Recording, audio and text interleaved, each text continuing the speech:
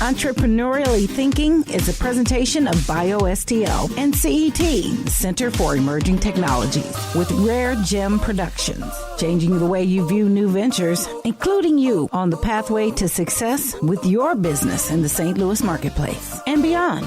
Here's your hosts, Cheryl and Christy. Now let's get thinking entrepreneurially. Welcome back to the Entrepreneurially Thinking podcast. Our goal is to enrich your entrepreneurial mindset and create pathways for business success in the St. Louis marketplace and beyond. I'm Christy Maxfield. And I'm Dr. Cheryl Watkins-Moore. I lead our inclusion initiative for BioSTL and for the St. Louis region. Hello, Miss Christy. How are you doing? I'm doing well. And we're doing really well. Season 8 is going great. I love it. I love it. We're enriching people's lives. We enrich, we expand, we broaden. We do so much. We're stretching all the time. Yes. All the time. And we're stretching with some extraordinary people who help us think about ventures and entrepreneurship and being entrepreneurial in different ways. So we're really delighted that you all continue to make us part of your podcast lineup. Yeah. And want to thank our founding sponsors, CET and BioSTL, for their continued support. Big shout out again. They make it possible for us to come to you. They will have made it possible for us to do two years worth of shows by the time we're done recording this fall. And so what started with two very awkward women in a very quiet first podcast. It was 600 downloads and listens when we started. And where are we? Over 24,000. Thank you guys out there for listening. We've come a long way. Two awkward girls. Thelma and Louise. Oh, Lord. I don't even want to know who's who. So keep tuning in. Share the episodes with your friends. Give a shout out to our guests. Make sure you can help us reach as many people as possible. We have visions of inviting all sorts of new people to the podcast in the coming year and really making sure that we expand people's thinking about what's possible. And go on the website. Make suggestions. Yeah, we would love to hear from you. So keep us in mind and find us wherever you find your favorite podcasts. Wherever you are, we want to be. Yes, indeed. Where are we today? So, St. Louis. Well, thank goodness. That's where I'm supposed to be today. Well, as we all know, St. Louis is making the list among the top startup innovative cities in the country, guys. Articles and news outlets report that the region's startup scene is booming. And St. Louis is ripe for attracting entrepreneurial capital as well as talent. Different folks. Right. Talent, new ventures, all of that. Our guest today, he has started, this is not his first startup. He's had a nonprofit, right? And he's had a couple more that he's intimately involved in right now. So when we come back, we'll learn more about a man committed to community service and is creating real answers to questions about diversity, funding, opportunities, all of that. So stay listening. CET, the Center for Emerging Technologies, is a proud founding sponsor of this Entrepreneurially Thinking podcast. We want you to know all about the great things they are up to. Square One offers 2 training options. Square One Ignite, a 4-week program created to help founders quick start their business model validation process. Or Square One Bootcamp, an in-depth 10-week, 50-hour program that combines formal instruction with hands-on learning, networking, and mentoring. To learn more about Square One Bootcamp or Square One Ignite, visit CETSTL.com. And for your renewed and continuing support, CET, we say thank you. My name is Christian Johnson. I'm the co-founder of MultiPass. What entrepreneurial thinking means to me is just the mentality of winning and never giving up, no matter how hard it is, always looking for a way to move forward, but also giving back and reaching back and helping those along the way, and always just staying in the right mindset and saying that no matter what, I'm going to give it my all. I'm going to keep working and making things happen. Joining us today is Christian Johnson, co-founder of MultiPass and MultiPass Ventures. Chris is a U.S. Army veteran, a former St. Louis police officer, nonprofit co-founder. You know the folks we hang out with. They're they're multi-talented, right? into all kinds of stuff. Nuanced and creative. So, yes. Christian, thank you so much for making time to be with us today. Yeah. Thank you for having me. I really appreciate it. Well, we met, got to be going on 3 plus years now. I think so, yep. When I was full-time with CET, and Christian was still working on his nonprofit, Serving with the Badge. I remember. And we sat down and talked all sorts of social entrepreneurship stuff. And then I've just watched him take off from there, which is always so exciting. So start us with the Serving the Badge. That was your first foray into entrepreneurship? Yes, it was. It was really, really exciting. I think there's a story behind that. She always probes. I knew. We can go forward and back. Yeah. You know how that works, right? Yeah. There's a reason why Serving with the Badge was important to you. Yes, it was a very personal thing. So I was in Ferguson during the protests on the line, actually. As a police officer. So actually, it was actually in the National Guard. Okay. So Didn't see that coming. It was a week before I was about to graduate the police academy. Oh, wow. And I got pulled out of class to go to Ferguson. And so here I am, like about to graduate the police academy, and also in St. Louis City, right? Yes. Right. And also I had a Army uniform on out there, and so, but also I had family members and friends, people I've lived with my whole entire life on the protest line. And there was one thing that somebody said to me. They said, "Hey, if they tell you to arrest me, what would you do?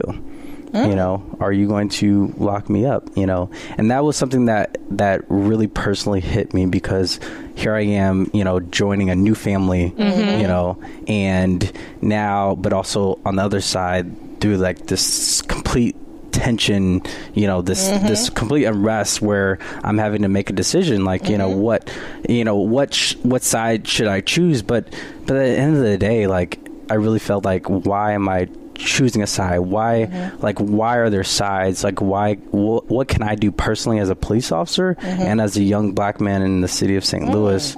What can I do to make a difference? What can I do to heal relationships? So that's how it started. Pretty much from the moment you were joining the force, were thinking about what else beyond serving with the badge could you do to support the community? Yeah. Wow. And honestly, like, it has not been easy. It's not, it's been a lot of just like trying things out and just trying to figure out like what can I do, and I failed many times, and that's called an entrepreneur. Yeah, right. Like that, but like the whole motive behind that has always been just to like serve and do something to heal our city. And a lot of times folks get into a new role and they figure, I've got to like build up some cred and bank some experience, and then I'll be able to do whatever, fill in the blank, right?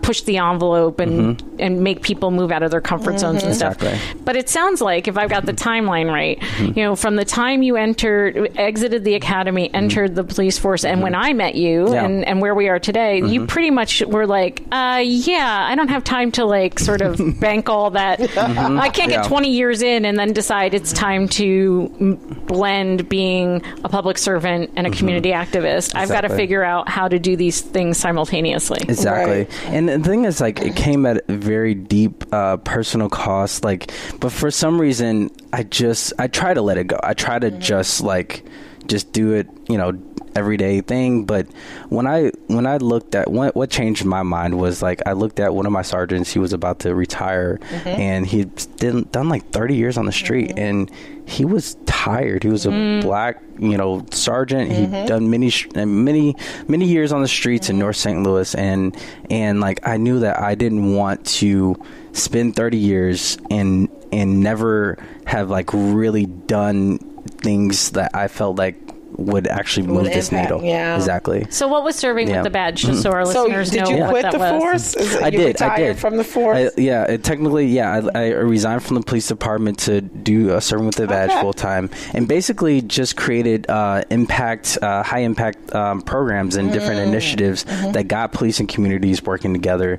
I created this thing called the Porch Light Project, where it mobilized police and communities to just walk through their neighborhoods, passing out light bulbs to their I remember neighborhoods. that. Yeah. I remember that. Yep. Yeah, first year we did 1,000 light bulbs. It was about a dozen police officers and over 60 community members in North City passing these light bulbs out, and actually made national news, which was really, really cool. And then the next year we got 5,000 light bulbs, and it was so crazy. And that's, it's a simple solution, but it's a solution that didn't exist before. Exactly. I mean, when you have a light on your porch, it can deter crime. It can highlight what's going on, and it's just it's simple, but it's an elegant solution. Exactly. Yeah. And that's what I really wanted to get across, was that it takes $0 just to simply care. Like that has always been that main thing. Like it doesn't take somebody that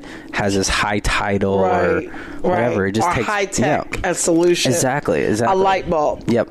Exactly. Wow. So is that work continuing today? It is. So we so I did have somebody fully take that over. Awesome. So we are going to do it next spring. Also in the winter, passing out coats. We had to do the thing called Coats for Kids. So they'll be doing that in North City. So the nonprofit still exists.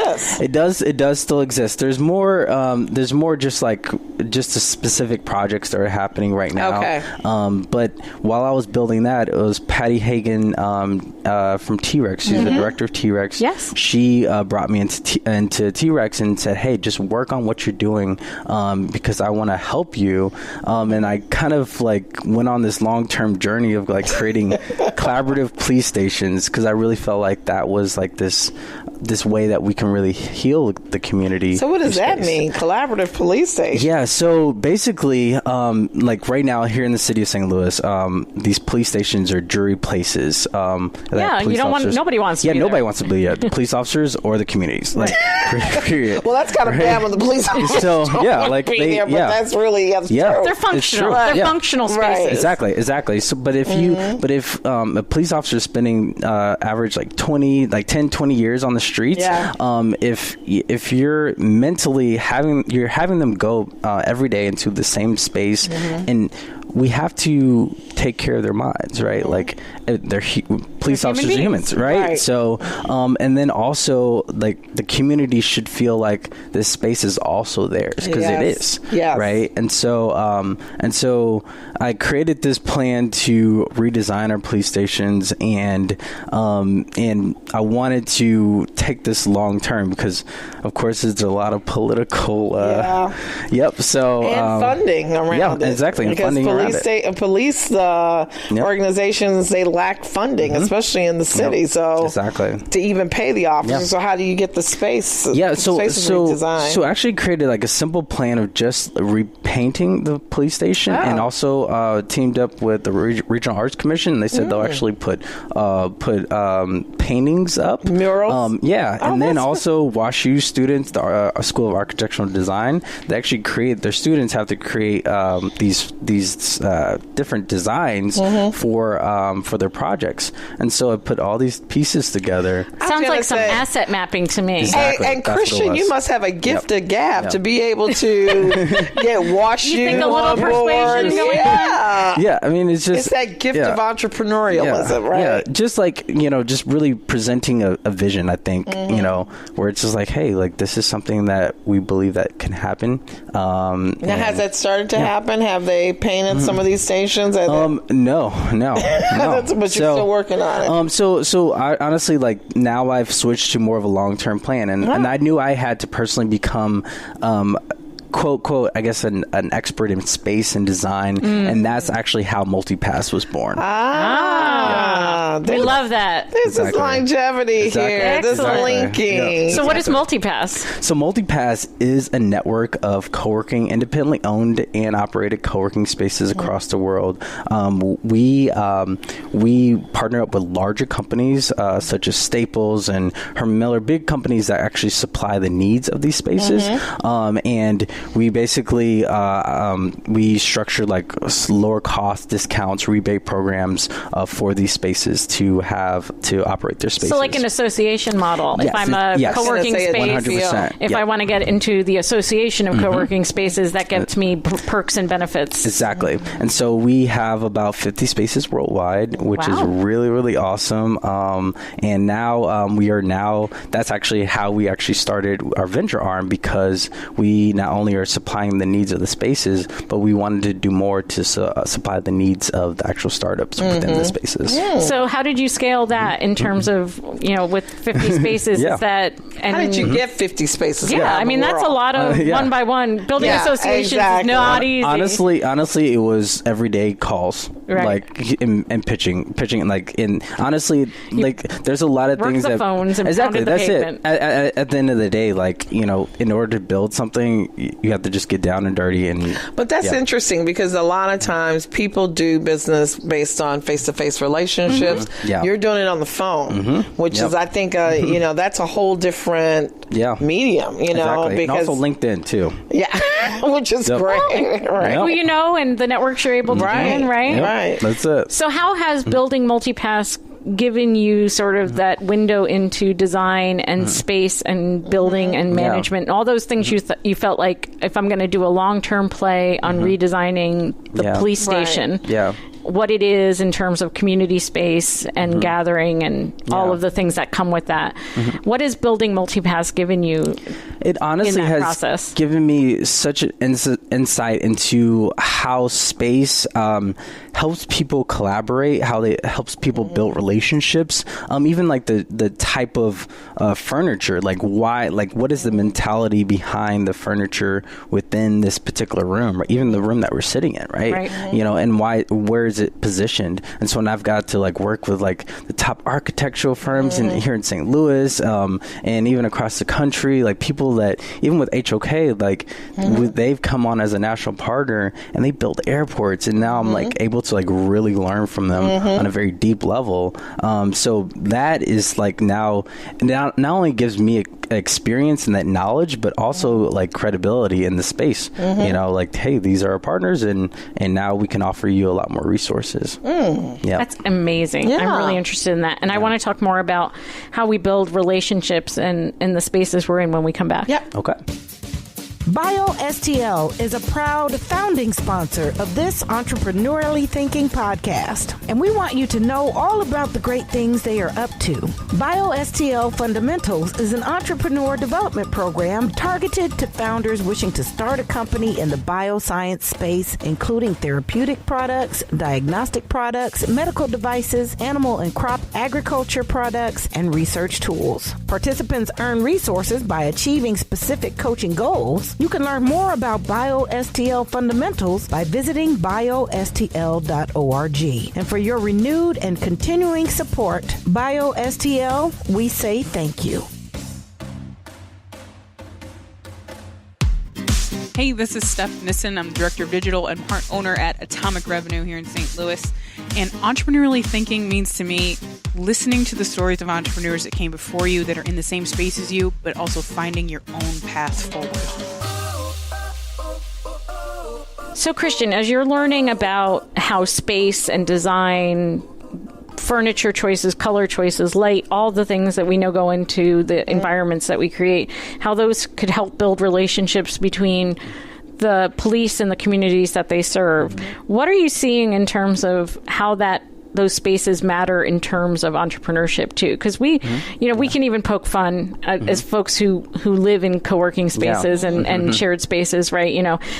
Put some bright colors on the wall and add some funky furniture, and anybody can be a co-working space, right? But you're saying there's actually a method to this madness, right? And that it's not just cool stuff for cool stuff's sake. So Exactly. what does the design of our space mean for us as entrepreneurs? Yeah, so a big part of that is collaboration. So when you think about, like, if you're just now starting a company, you may not be necessarily the tech person, but you're the person with the vision, right? So you join a co-working space, hey, I got this great idea, and you're able to then be at the coffee bar, just getting coffee, and you are able to then talk to somebody else that may have been a little more established. Maybe they've been doing this for a year or 2 years. Serendipitous collisions. That's what our friend Travis always talks about. Exactly. Yes. From Venture Cafe. Yes, he has coined that term well. Yes. But that is so real. And then also maybe even at T-Rex and even at Venture Cafe, like, people meet their tech co-founders. And actually, I met my co-founder there. Oh, okay. Actually, so that actually happened. That's a thing. That's a thing. And who's your co-founder? Yeah, Sarah Schlafly. She is really, really, really awesome. She is a part of the Schlafly family. Okay. So when we raise a glass, yes, we exactly. can... So she, her family is very entrepreneurial, and so she has that in her blood, and she thinks on a level that just blows my mind. And she's that person where she levels me out, where I drive fast and drive hard. She makes it all make sense. That's why I tell everybody. Okay. Yeah. Awesome. Exactly. So when, like, being in these spaces, a lot of times what we talk about is the accessibility of a space, right? And showing up. And I would say today, it's less likely that I'm going to walk into a space and not see a woman, Exactly, right? yeah. And more likely that I'm probably going to go into a space and see some entrepreneurs of color. But that's not necessarily the case in all spaces. So what does accessible space mean from your perspective as an entrepreneur? Because being the only of anything at the bar, waiting for a serendipitous collision or trying to manufacture a serendipitous collision, that doesn't always work. It doesn't at all. I think that's where also intentional programming within the space comes into play, whether it's through even things like Venture Cafe. Like it promotes this inclusiveness environment where people can just be a part in, like, whether it's having a drink with somebody and just talking to somebody and getting to know somebody. But I think that it takes like a very intentional part on the behalf of whoever operates this space, and that's why, like, we get to work with all these space operators because they really need that, right? Where we tell them, like, it's great that you're building your own community, right? But if it's not overall connected, right? If it's not, so if even is at that T-Rex, the attraction? Exactly, that's the attraction, because we tell them, like, it's not.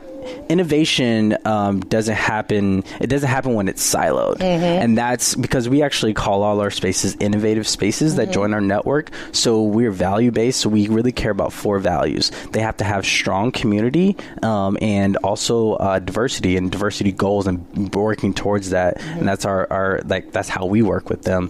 Also, wellness is a big part of it, and sustainability efforts. And so they're not only just joining our network to have the physical resources, but also, like, the overall connectivity where it promotes, like, people actually working together. So it seems like you guys, MultiPass, you all are the glue to all these organizations, right?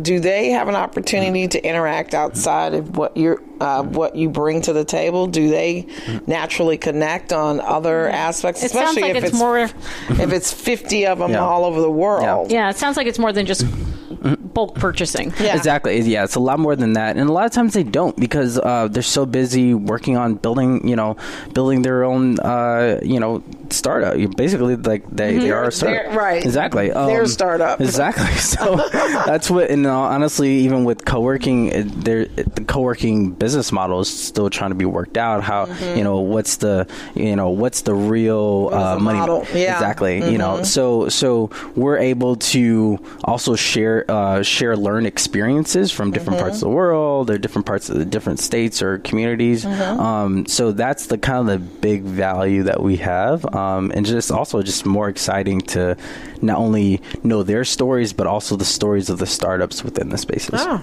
Interesting. So space is one part of an entrepreneur's journey, right? Exactly. We can all start wherever we are, right? Yep. We don't actually have to have an office per se to do that.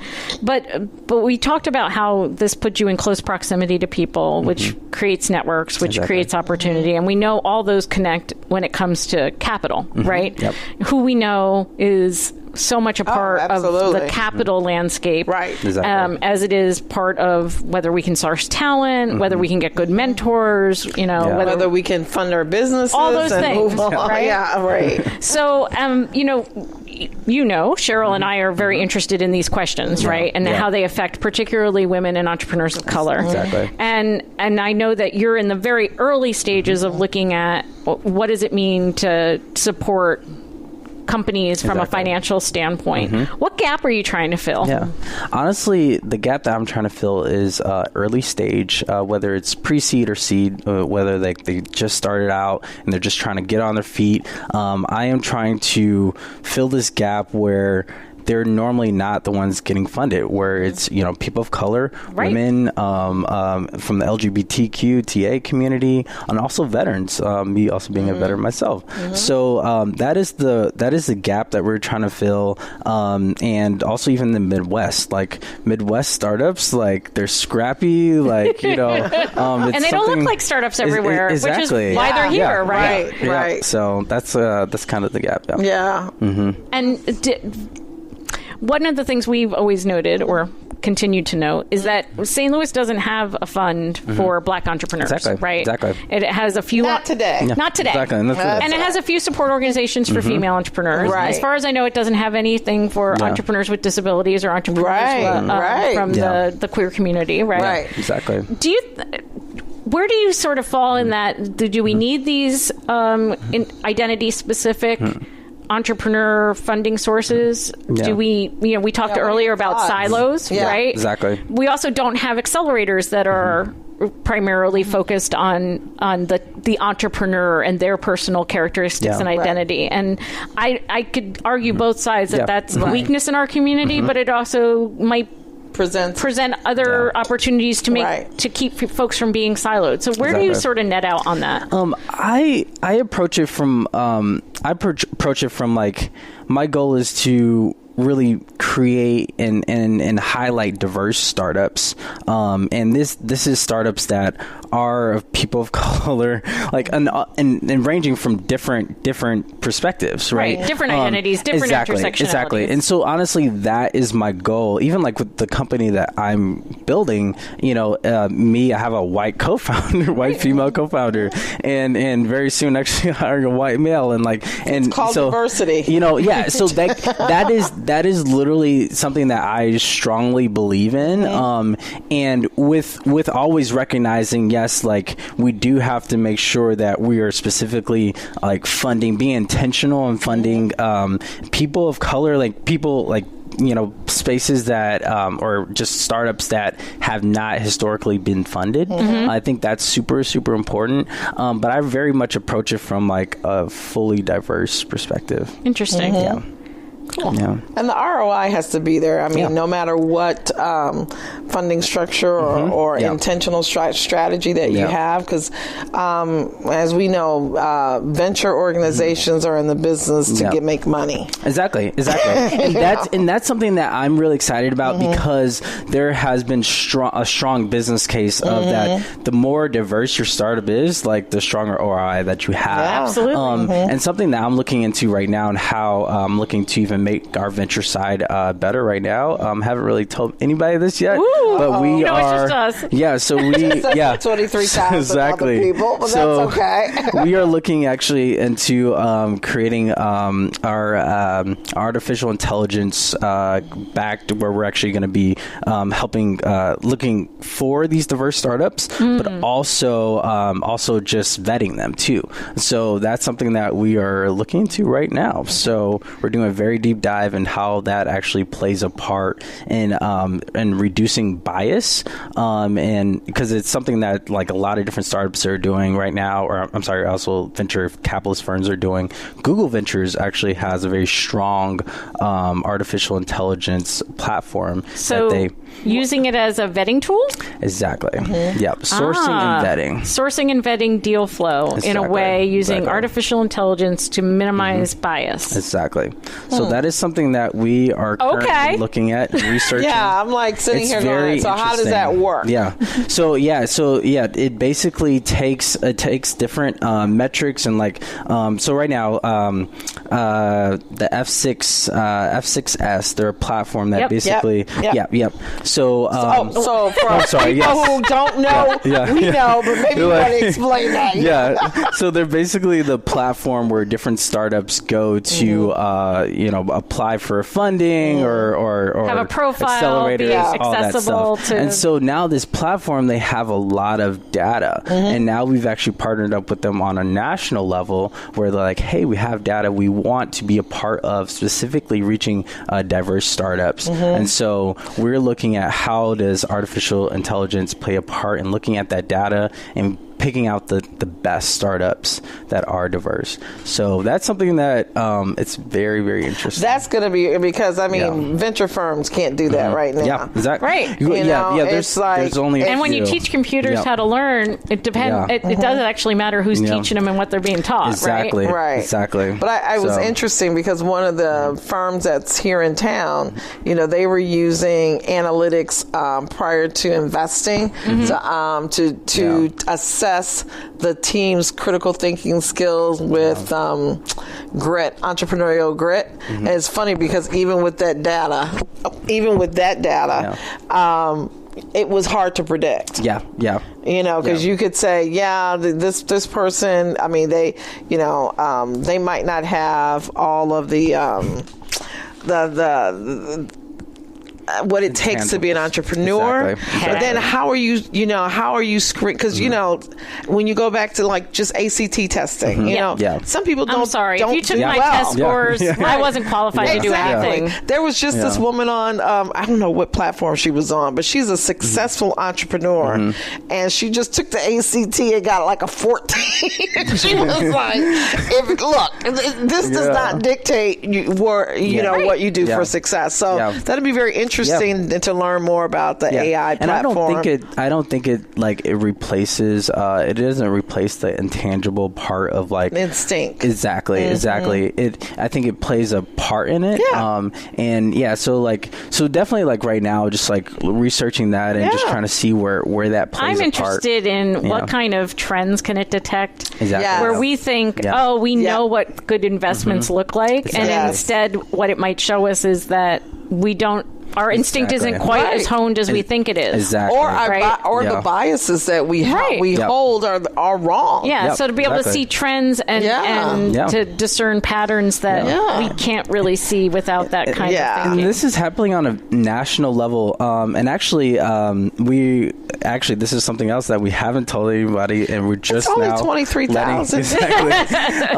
But now this week we have a national partnership with Techstars, where now we are able to like recommend diverse startups and accelerate them through the process. This is also nationally where they are trying to specifically have a more diverse pipeline. Exactly. So that is something that we're really, really excited about. That just very cool. Signed in today. So we're also always really eager to encourage, particularly women and entrepreneurs of color and underrepresented entrepreneurs, to think about tech writ large, right? And tech-enabled companies. If for no other reason than that's where the money is, right? And if you want to leverage entrepreneurship to build generational wealth, there's lots of ways you can do that, and tech needs to be on the table, right? So as you look at that and you look at the pipeline of folks, I'm just curious with regard to, say, like non-technical founders, because they come in all different shapes and sizes, right? But it is yet another hurdle for an entrepreneur who's already less than traditional, less than white male, right?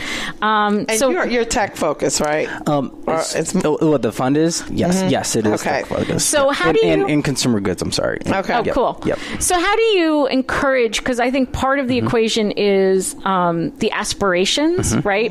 I know that I started a company that I knew I could do the stuff, right? Exactly. And that stuff is not techie. And I know that other entrepreneurs who come from underrepresented backgrounds tend to start with what they know. Exactly. And that's generally not techie either. How have you, or how do you see us encouraging folks to step into the tech arena, but also support them with finding technical founders and closing the tech gap, so to speak? I know this is a big question, but I feel like this is one of the things we wrestle with, right? Yeah. I think honestly, it is understanding that this is why a startup ecosystem exists, right? And that every funding part of the community has a part to play, or entrepreneur system support. Even with this podcast, it has a part to play, right? And so I think it's understanding that every piece has a part, and how do we all work together? So even with the fund that we are creating, it's a piece of that puzzle. It is not the solution. It's not the answer, right? It's working with those other pieces. Even with what is the first Square One? I'm sorry, Square One. Bootcamp. Yes, that's what it was. Yes. So even with that, like, that has a strong part to play when somebody is coming into the ecosystem. Like, how do you build a business model canvas, right? And so understanding, like, this is an entrepreneurial funding journey, basically, right? So how do you guide an entrepreneur through that? And I think everybody has a part to play, but it's understanding that there's also should be one vision. There also should be a vision of, like, hey, this is how we can excel the ecosystem forward. One thing I saw, even with yesterday, the mayor put out that this is from the Forbes, the St. Louis is thriving and booming, and that's great that we can attract capital. But one thing I have an issue is we are talking about how great it is, but we're not talking about how we're not investing in diverse startups, right? And how are we seriously addressing that? Can we really say that we're doing a great job and we're quote booming and doing wonderful if we have such a disparity in, like, startup funding? And it's a real thing, and it's a thing, right? Yeah. And so that's one of the questions that I have, and one of the things that I want to be a part of addressing. And I think that's what the Equity and Entrepreneurship Collective here in St. Louis is about. That's one of the focuses is exactly on, because if we don't change how systems are designed, then we don't get different outcomes. Absolutely. Right? That's why it's such important work. And that the systems need to look different, right? Simply replicating pipelines that have traditionally worked, that doesn't work if you have huge gaps to fill. And I think that's why intentionality, I think, is a theme that has come up a lot. Absolutely. In our and I think that's why Kaufman has looked at St. Louis as creating that model, because we're willing to try things. We're willing to say, let's take a risk. Let's see what works. If it doesn't work, damn it, we'll figure it out. We'll change, do something. But it's better than just sitting there and not doing anything. So it seems like you have created opportunities based on opportunities that you've been involved with, things that you've done, like from the nonprofit all the way now up to funding opportunities for others. So it's about what I see is you're looking at always how to give back. Exactly. Or how to impact. And also what I really want to give is the voice of people that are like me, because it's great when, like, you have, like, people like Kaufman Foundation and established organizations doing amazing things to support entrepreneurs. But a lot of times, like, also the biggest change happens when entrepreneurs themselves are being a part of the change. Last week at T-Rex, there was a pitch practice. They called it Pitch Perfect. And it was Where actually did that come from? I think it was actually a parallel thing to the okay. other thing. And it was like, but basically it was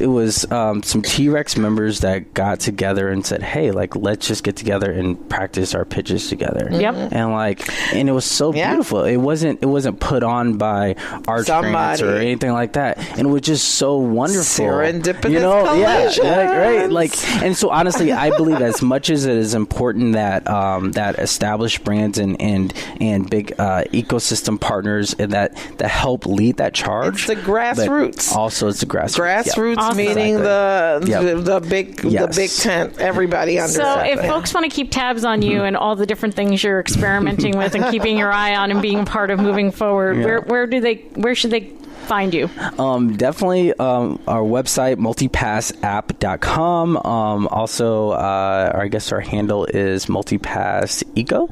So just super, super easy. You can follow us on Twitter, Instagram. ECO. Yep, ECO. Okay, because everybody spells stuff differently. Okay. Yeah. So, and we love content. We put out a lot of content. Awesome. That's one of the really cool things about my team. We just recently hired a really awesome lady. Her name is Lashana Lewis. Yeah. Love Lashana. Yes. So that's really awesome. And then so our team is growing right now, and we're excited. Wonderful. Well, thank you so much for making time to be with us Yes. today. Thank you. Thank you. Changing the way you view new ventures, igniting your thinking about entrepreneurship. It's Entrepreneurially Thinking. Get connected and discover more. Visit our website for show notes, resources, information about our guests, upcoming events, and of course, all your favorite episodes. If you have any questions, be sure to leave them for us in the comment sections, and be sure to leave us a 5-star rating on iTunes. The best way to show love is to share. Let everybody know that you're thinking entrepreneurially. So visit our website, entrepreneuriallythinking.com. #ETHINKSTL. Entrepreneurially Thinking is another positive production of Rare Gem Productions. Thanks for listening.